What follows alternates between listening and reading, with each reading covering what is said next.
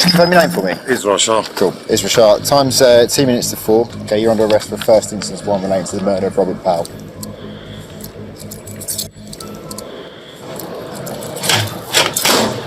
Saturday, 13th of June 2020, 4:45 a.m. Water Lane, Roydon, Essex. A quiet village outside Harlow. The party's winding down. Around 100 guests have spent the night celebrating. Robert Powell steps outside with his 2 sons. The street is dark, empty, peaceful. Then, flash. A Ford Cougar slows to a stop. The passenger door swings open. A gunman steps out. 9mm pistol raised. 8 rounds. Rapid succession. Powell collapses beside a Ford Mondeo. 2 women nearby scream. 1 bullet tears through them both before lodging in an ankle. By the time the first 999 call comes in, 3 vehicles are already tearing through Epping Forest. Inside one of them, a man who'd walked free from 3 separate murder trials, a man the streets called untouchable, the Teflon Don. This time, there would be no walking away. If you're into deep dive UK crime investigations, you're in the right place. We've got more cases like this coming your way. Hit that subscribe button now. Before Robert Powell's name appeared in police files, Nana Oppong's already filled 3 murder investigations. December 1999, Plaistow, East London, Jeremiah. OK, gunned down in the street. Oppong, just 21 years old, stood trial for murder. Verdict not guilty. March 2001. May 2010. The Sugar Lounge, Forest Gate. Oppong's 30th birthday party. What should have been a celebration turned into a massacre on Catherine Road.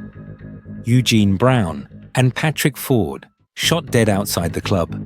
Michael Smith, 6 rounds including 1 to the head. He survived, barely. The prosecution said Oppong armed the shooter, pointed out the targets, orchestrated the execution while staying just far enough back to claim deniability. First trial, jury hung. Second trial, jury hung again. By 2012, all that stuck was perverting the course of justice, lying to police, 2 years, out by 2014. But the violence wasn't finished. May 2014, Dagenham, Ashley Latty, 25, beaten and stabbed to death outside a community hall at a birthday party. 5 stab wounds to the back and chest. Witnesses described pure frenzy. Kicking, punching, blades flashing. Oppong was among the group charged. Again, murder. Again, he avoided it. This time, he admitted only grievous bodily harm with intent. 4 years. Released early. To Scotland Yard detectives working Operation Trident, the unit tackling gun crime in London's black communities. The pattern was unmistakable. Nana Oppong's name circled violent crime like a shadow. Always there, never caught in the light. They had a nickname for him. The Teflon Don. 3 murder trials. 3 times he walked. But the real story, the one whispered in East London's underworld, went back even further. Because by 2020, Oppong wasn't just a man who'd beaten the system. He was a high-level organized criminal with a history stretching across 2 decades of drugs, guns, and revenge. And he'd just set his sights on a man called Fox. Robert Powell wasn't anonymous. He couldn't be. At 50, he was larger than life, literally. 6 foot something, gold teeth, designer caps, always the loudest voice in the room. To his family, he was everything. To the streets of Hackney, he was Fox, sharp, cunning, dangerous. A father of 3, grandfather of 2, music manager to rising drill rapper Dutchavelli, whose track with Stormzy had gone top 10. But Powell's past was soaked in blood. In the 1990s and 2000s, Hackney's Clapton neighborhood was known as Murder Mile. a stretch of road so violent it earned the name in bullets. This was the era of crack spliff raves, execution-style shootings, and gangs fighting for dominance with ruthless precision. And at the center of it all, love of money. Fox didn't deal drugs like other crews. Love of money robbed drug dealers. They specialized in home invasions, kidnappings, torture. They'd burn victims with kettles and irons, take everything, drugs, cash, dignity.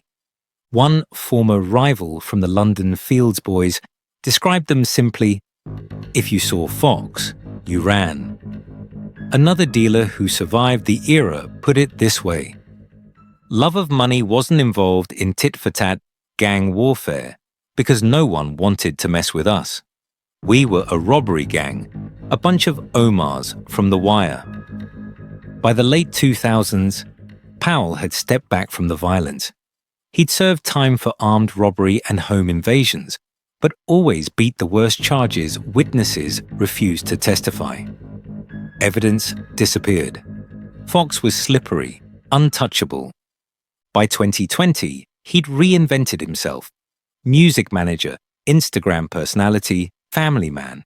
He posted photos of parties, studio sessions, expensive cars. He moved openly. That confidence would cost him everything. Detectives never established the full story. But street sources whispered one name: robbery. Rumor said Powell had taken something from Oppong: money, drugs, respect. In the underworld, any of those could be a death sentence. What's certain is this: by early June 2020, EncroChat messages showed Oppong had been planning Powell's murder for months. Photos of Fox, addresses he frequented, parties he attended. Powell's name appeared in encrypted chats, saved on burner phones. Whatever he'd done or hadn't done, it was enough. By June 2020, the plan was in motion.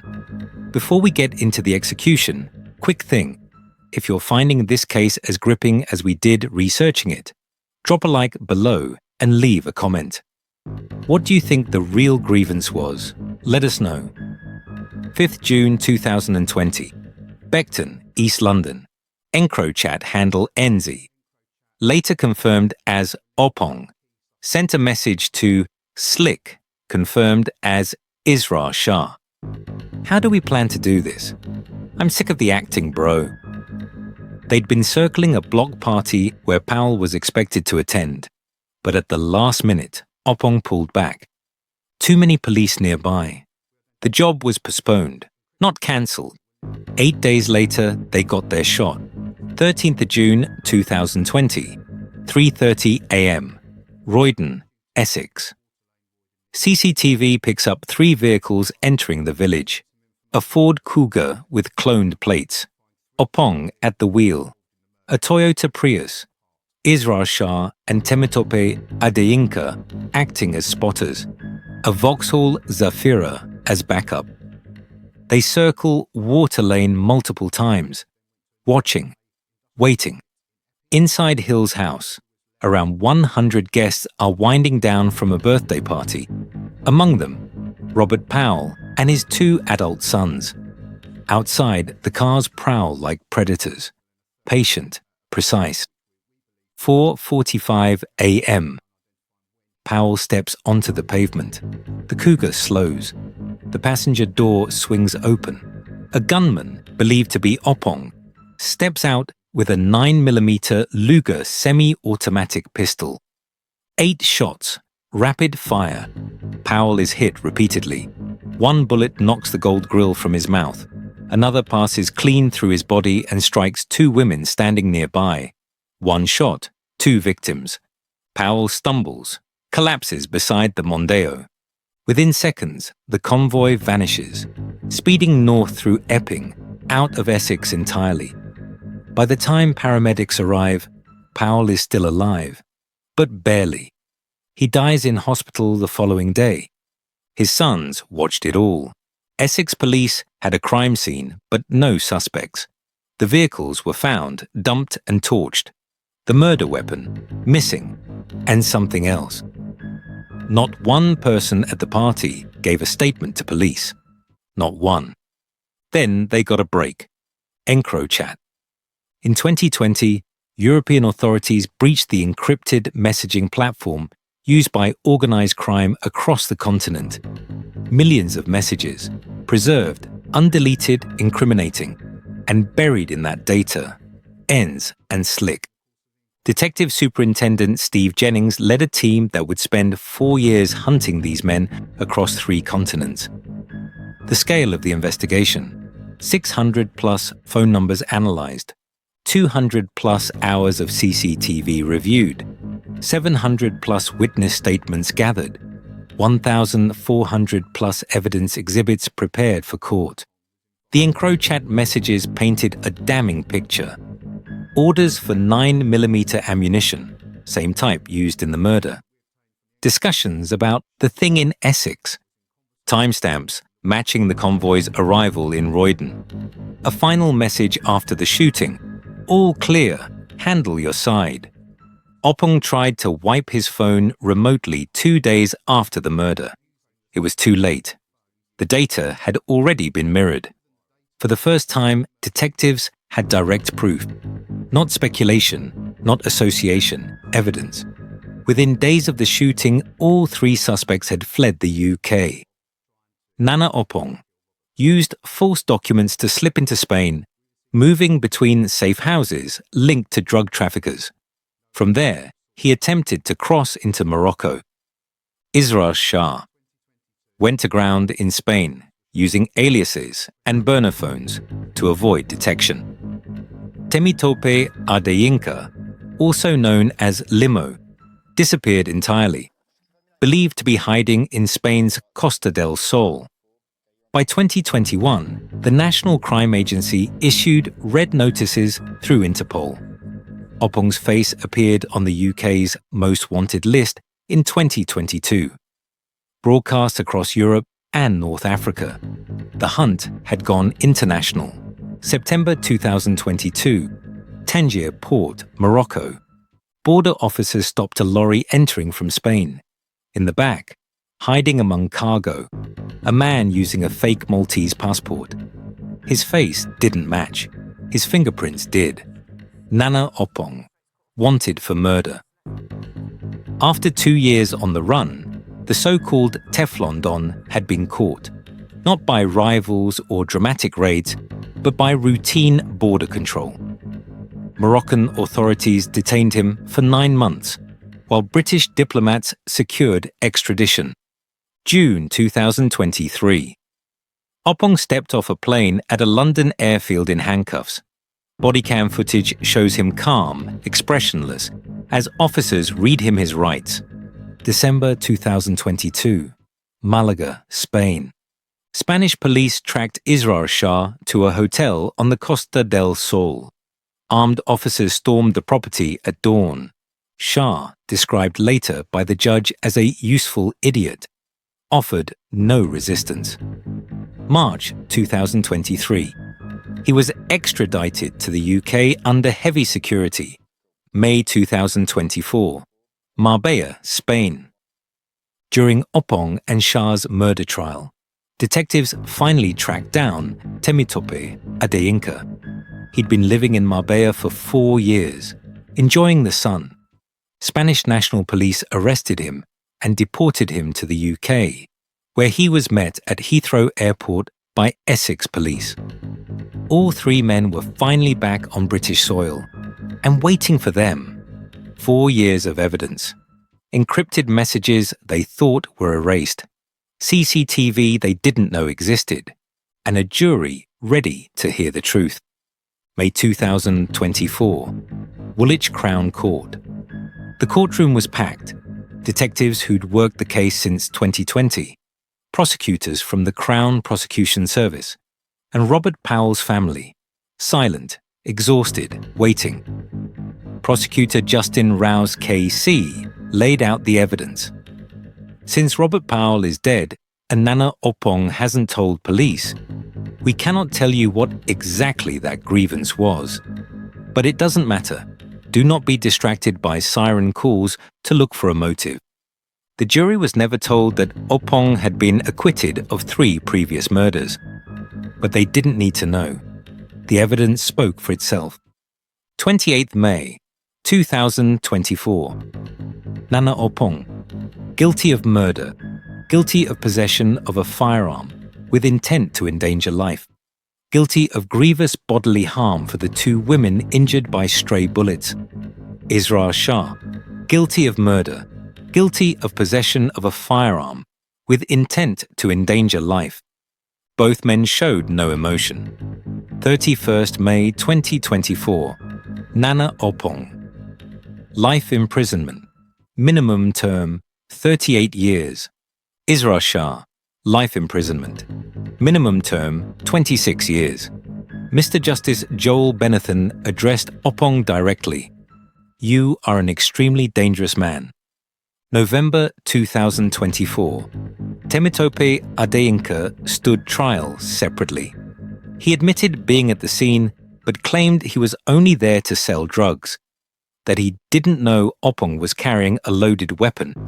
The jury didn't believe the murder charge, but they convicted him of manslaughter. Sentence: 19 years. Total for all 3 killers, 83 years behind bars. Storm Powell, Robert's daughter, read her statement in court. She was just 18 years old when her father was murdered.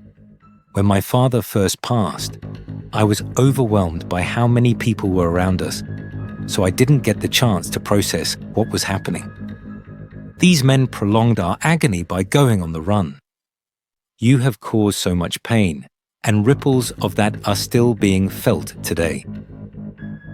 Jennifer Powell, Robert's sister, addressed the killers directly. Robert was the life and soul of every family event. The talk of Uncle Robert coming to a birthday would get the kids all excited. This is now gone. Family gatherings are not the same. I haven't seen any remorse from either of you throughout this time. I only hope as you spend the best years of your life in prison, you come to realize the implications you have had on mine, my family's, and even your own life. The court was told that the 13th of November, 2024, the day Adeyinka was sentenced, would have been Robert Powell's 55th birthday. Detective Superintendent Steve Jennings, who led the 4-year investigation. This murder was unusual in its sophistication, organization, and brutality. It was not spontaneous. It was a planned execution.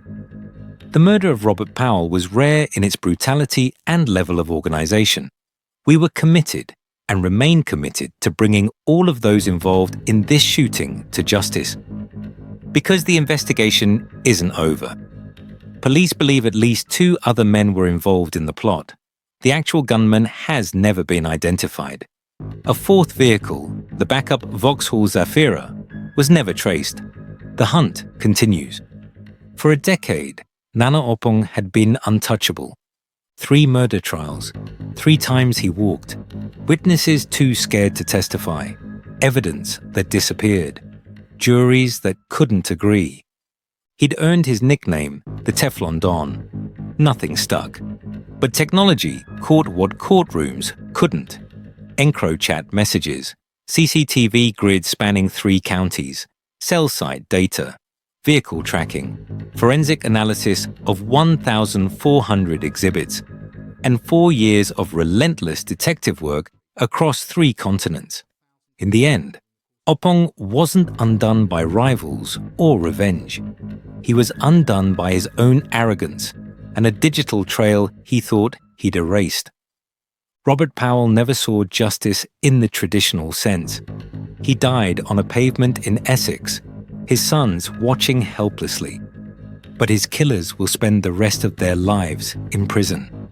And sometimes, that has to be enough. What do you think about the sentences? Were they long enough? Should Adeyinka have been convicted of murder instead of manslaughter? And what about those 2 unidentified suspects still out there? Do you think they'll ever be caught? Drop your thoughts in the comments below. If you want more deep dive investigations into UK organised crime, hit that subscribe button and turn on notifications. We've got more cases coming your way. Thanks for watching. Stay safe out there.